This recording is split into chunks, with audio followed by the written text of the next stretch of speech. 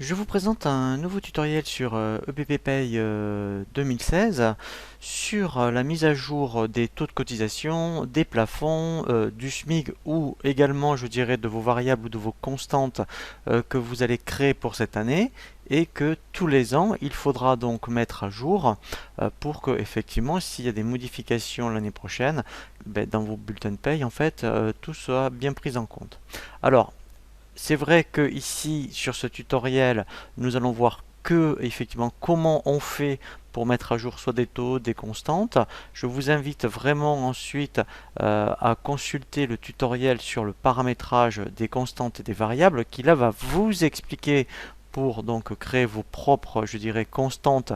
Si dans votre convention collective, par exemple, eh bien, il y a des valeurs de panier, ce genre de choses qui sont précisées. Ici, c'est comment surtout donc les mettre à jour.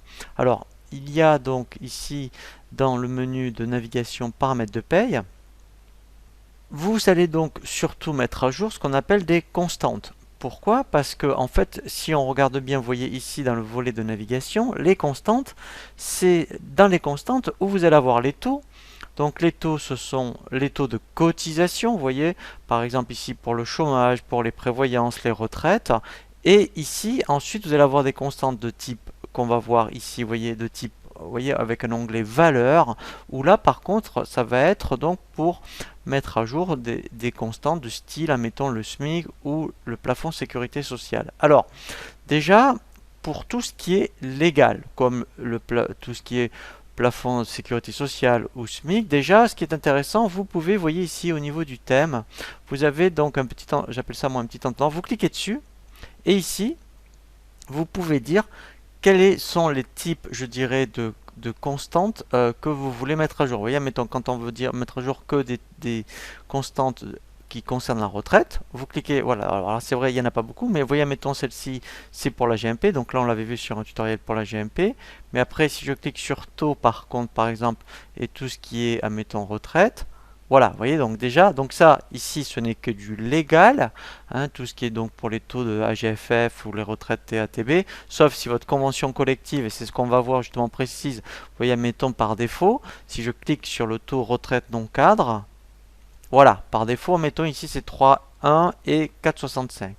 On va supposer donc que, mettons, on est en janvier 2016, les taux changent. Par exemple, c'est taux salarial 3,2 et ici, par exemple, 4,80. Eh bien, dans ce cas-là, ici, on fait ajouter. Voilà, alors ici, on ne se positionne pas au mois de septembre, mais on va bien se positionner en janvier 2016, voilà, au 1er janvier. Et ici, en fait, je vais bien mettre, admettons, 3,2, voilà, et admettons 4,70 par exemple.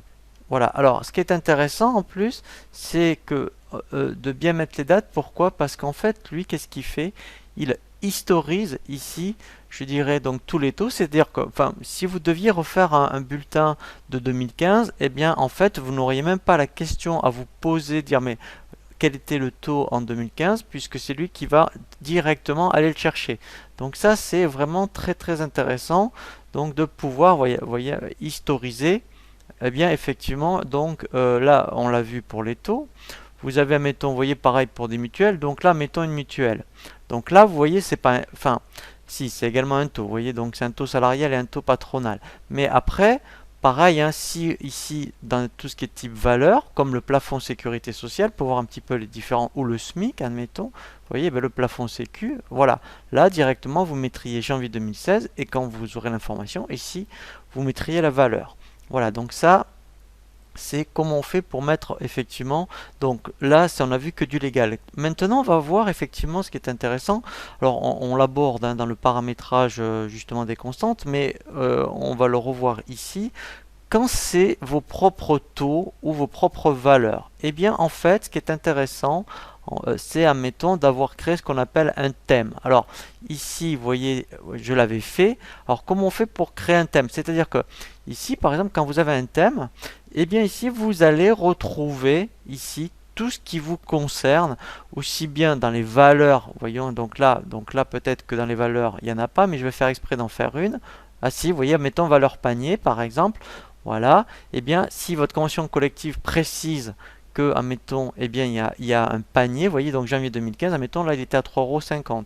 Donc, si en 2016, ça a changé, par exemple, eh bien, on ferait ajouter. Ici, on mettrait janvier 2016 et on mettrait la nouvelle valeur. C'est de créer ce qu'on appelle un thème. Parce qu'au moins, ici, tout ce qui est à vous, eh bien, directement, quand on clique dessus, donc là, si je fais tous, au niveau du thème, mettons démo BP Pay, eh bien, je verrai à la fois tout ce qui concerne des taux et tout ce qui concerne des valeurs. Et le thème, en fait, ça se crée quand vous créez, admettons, une constante, par exemple. Eh bien, ici, vous voyez, thème, eh bien, vous pourrez donc faire ajouter et vous allez donner donc le nom de votre société. Vous mettez le libellé de votre société et dès que vous créerez ensuite soit des constantes ou même des variables, vous les raccrocherez à votre thème.